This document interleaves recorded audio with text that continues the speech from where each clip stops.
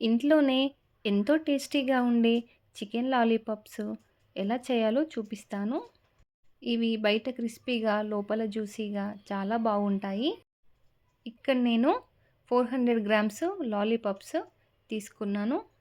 నిమ్మకాయ సగము, అల్లం వెల్లుల్లి పేస్టు 1 టీ స్పూన్, కారము 1 టీ స్పూన్, ఉప్పు హాఫ్ స్పూన్, ధనియాల పొడి హాఫ్ స్పూన్, పెప్పర్ పౌడర్ పావు spoon, garam masala half spoon, పసుపు పావు స్పూన్ అన్నీ కలిపి 30 నిమిషాలు పక్కన పెట్టుకోవాలి.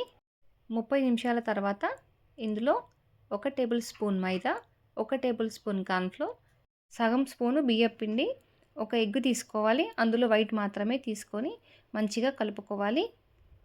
ఇప్పుడు డీప్ ఫ్రైకి ఆయిల్ పెట్టుకొని అందులో వీటిని ఒక్కొక్కటిగా వేయాలి.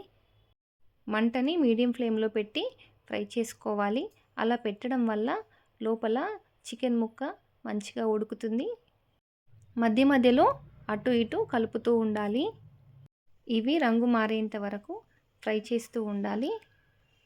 ఇలా ఫ్రై అయిన వాటిని సర్వింగ్ ప్లేట్లోకి తీసుకొని సర్వ్ చేసుకోవడమే. ఇలా నేను చెప్పిన విధంగా ఒక్కసారి ట్రై చేసి చూడండి. టేస్ట్ చాలా బాగుంటాయి. Thanks for watching.